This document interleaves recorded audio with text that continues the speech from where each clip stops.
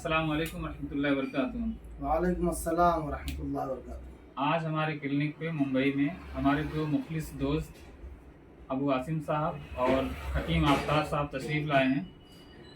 और हमारे काफ़ी मुखलिस दोस्त हैं, बहुत पुरानी हमारी दोस्ती है। अल्लाह हमारी दोस्ती को सबसे पहले तो दुआ है कि कबूल फरमाए और मुखलिसाना आमीन दोस्ती जो है हमारी कायम और दायम रखें। आमीन। बहुत पहले किसी मर्ज़ के तवस्सुस से हज़रत साहब ने जो है रुजू किया था, तो मैं उन्हीं से जानना चाहूँगा कि क्या नौयत और कैफियत थी और बच्चा इनका था और रिकमेंडेशन इनकी तरफ से थी। तो इनके ज़बानी सुनेंगे तो ज़्यादा बेहतर रहेगा, क्या हुआ था और क्यों करके उन्होंने मुझे तरजीह दी, वो ज़्यादा बेहतर है। जी फरमाइए। अबू आसिम का बेटा है जैश मोहम्मद। उसको इब्तदाई यरकान की बीमारी जिसको पीलिया कहते हैं, हेपेटाइटिस है। इब्तदाई इलाज हुआ लेकिन इलाज ही रहा, मर्ज बढ़ता गया। तशवीश ज़्यादा हुई तो मशवरा किया गया डॉक्टरों हकीमों से।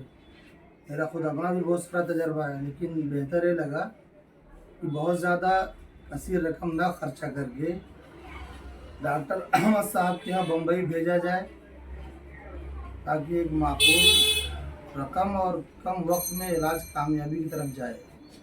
अल्हम्दुलिल्लाह नतीजा उम्मीद अफजा निकला। उम्मीद अफजा क्या, उम्मीद से ज़्यादा, जिसको हम कहते हैं कम खर्च बाला नशी। यानी चंद हज़ार रुपये में बच्चा रूबा सेहत है, अल्हम्दुलिल्लाह पढ़ रहा है मदरसा दारुल अबरार में। यानी कितनी खुशी हुई उसकी हालत देख के मुझको, मैं उसको जाहिर नहीं कर सकता। वरना यही था कि इसको लखनऊ PGI में या मेडिकल कॉलेज में या किसी बड़े तिब्बी इदारे में ले जाया जाए, जहाँ लाखों लाख का सरफा था। तो आसिम की भी हालात इतने बहुत माली वसी नहीं है कि बहुत ज़्यादा बर्दाश्त करते। तो सारी मुल्की रुदात देखने के बाद मुझको यही फैसला करना पड़ा कि होम्योपैथ डॉक्टर अहमद साहब को दिया जाए केस। अल्हम्दुलिल्लाह बच्चा सेहतमंद है और अच्छे से पढ़ रहा है। मैं इनके बारे में बहुत सारी दुआएं और ख्वाहिशात रखता हूँ। किसी को हिंदुस्तान में या बाहर मुल्कों में इस तरह का अर्जा पेश आए तो बिला तकल्लुफ इनसे रुजू कर सकते हैं। अब मैं आसिम साहब से जानना चाहूँगा कि फिजिकल सिम्टम क्या परसिस्ट हो रहे हैं। रिपोर्ट मेरे सामने है जिसमें बिलिरुबिन जो है 10.2 था, जबकि उसे 0 से लेके 1.1 होना चाहिए। SGOT जो एक पैरामीटर है 191 था, जो कि 0 से लेकर 37 रेंज है। और SGPT 87 था, जिसकी रेंज 0 से लेके 41 है। साथ ही साथ जो है सोनोग्राफी के जो इम्प्रेशंस हैं उसमें वॉल की जो थिकिंग थी जीबी गाल ब्लैडर की, वो 6.5 mm थी। और इम्प्रेशन जो था वो हिपाटोमेगेली विथ एडिमस जीबी वॉल इन्फेक्टिविटियोलॉजी थी। तो ये तो मेडिकल रिपोर्ट थी। तो मैं आसिम साहब, क्योंकि उनके बच्चे के यानी कि बाप हैं, तो बहैसियत साथ में रहने के वो क्या क्या सिम्टम परसिस्ट हुए उस वक्त बच्चे को फिजिकली महसूस हो रहे थे, वो मैं जानना चाहूँगा ताकि ऑडियंस के लिए आसान हो। जी, क्या क्या उसको तकलीफ हो रही थी? उसको तकलीफ ये थी कि वो पीलिया था, पेट में बहुत दर्द, संडास वगैरह करने में बहुत, और टहलने में बहुत, जब सोया रहता था तो आराम रहता था। तो डॉक्टर साहब ने जो दवा दी है, उनकी दवा खिलाने से धीरे धीरे वो 1 हफ्ते भी नहीं लगा, पूरा एकदम सही हो गया। उछल कूदने लगा। उसके बाद 1 हफ्ते के बाद, वो दूसरे हफ्ते के बाद वो स्कूल जाने लगा। बस इतने ही दिन में, यानी 1 हफ्ते में वो पूरा एकदम मुकम्मल ठीक हो गया था। बस वो हफ्ता 10 दिन और दवा चली, बस ये। उसके बाद वो दवा में भी लापरवाही करने लगा, लेकिन अल्लाह ने पूरी तरह से एकदम शिफा दे दिया उसको। चलिए, अच्छी बात है। वरना डॉक्टर लोग तो जाने क्या क्या कह रहे थे, वो तो पिछली दवाओं के तजर्बात बताएं जो आपने और डॉक्टर ने कराए, मेरा नाम लिए। और डॉक्टरों के यहाँ जो दवा लेते थे, लेकिन वो कुछ फ़ायदा नहीं करती थी दवा।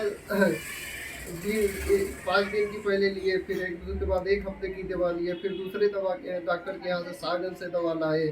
उनकी भी दवा कोई बहुत माकूल फ़ायदा नहीं थी। इन्हीं की दवा से जब वो चला है, तब वो एकदम पूरा एक ही खुराक से समझ लीजिए फ़ायदा शुरू हो गया है।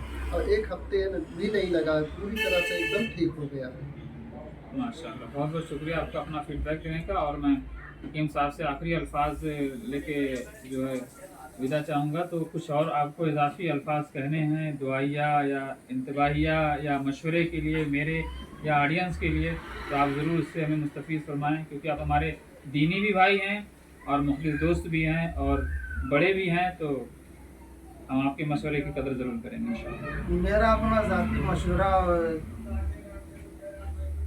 तजर्बे की तिब्बी दुनिया की उम्र में, तिब्बी दुनिया में वक्त गुजारने की जो मेरी अपनी एक रुदाद रही है, इस वक्त भारी अक्सरियत खासतौर कोरोना के बाद से हमारी हालत से टूट चुकी है।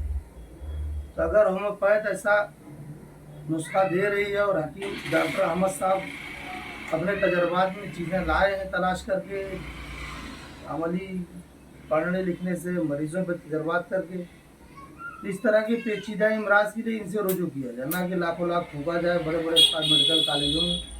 फिर बाद में नतीजा वही होता है कि जाओ भाई जड़ी बूटी पिलाओ, होम्योपैथ में जाओ।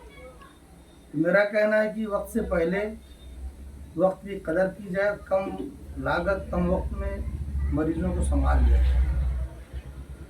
बहुत शुक्रिया आपके इस जो है नायाब मशवरे का। और मैं अपने ऑडियंस को या जो भी इस वीडियो को देख रहे हैं हकीम साहब के अपने सोशल मीडिया पे शेयर करेंगे, या जिनको भी ये वीडियो हाथ लगे कम से कम वो आगे तक फॉरवर्ड कर दें, इस निस्बत से, ना कि ये मेरे भी एडवर्टाइजमेंट पर्पज़ से है, बल्कि इस निस्बत से है कि अपने इलाज को आप जितना हो सके हिकमत में तलाश करें, आयुर्वेद में तलाश करें, यूनानी में, और साथ हिकमत तो वही यूनानी होती है, और साथ में होम्योपैथी थोड़ा बेज़रर और थोड़ा कास्ट इफेक्टिव में आ जाती है और ज़्यादा नहीं खाना पड़ता। बाकी देखा जाए तो हर ये तरीके इलाज बहुत अच्छे हैं। एलोपैथिक में कंट्रोल हो जाता है, बट हतमी इलाज जो शिफा के हम कहते हैं कि शिफा की पाए तकमील तक पहुंचना मुमकिन नहीं हो पाता। बहरहाल वीडियो लंबी ना जाए इसलिए मैं मुख्तसर कहूँगा कि आप वहाँ जाएं, हम उससे इनकार नहीं करते ऐसे किसी मौलिक मर्ज में जहाँ ज़रूरत है, लेकिन कोशिश ये करें हत्तल इम्कान की आपकी ग़िज़ा और इन तरीके हाई इलाज जो कि हर्बल और जो है कहते हैं ना नेचर बेस्ड हों, तो वो आपको कहीं ज़्यादा शिफा भी देंगे और आपके जिस्म को ख़राब होने से बचाएंगे। बहुत बहुत शुक्रिया आपका आने का, और हमेशा हम आपसे यही गुजारिश करेंगे आया करें। हमारे यहाँ एक रौनक होती है, एक बरकत होती है। अल्लाह आपको अज़्र अज़ीम से नवाजे। बहुत बहुत शुक्रिया, जज़ाकुमुल्लाह खैर। अस्सलाम वालेकुम। वालेकुम अस्सलाम।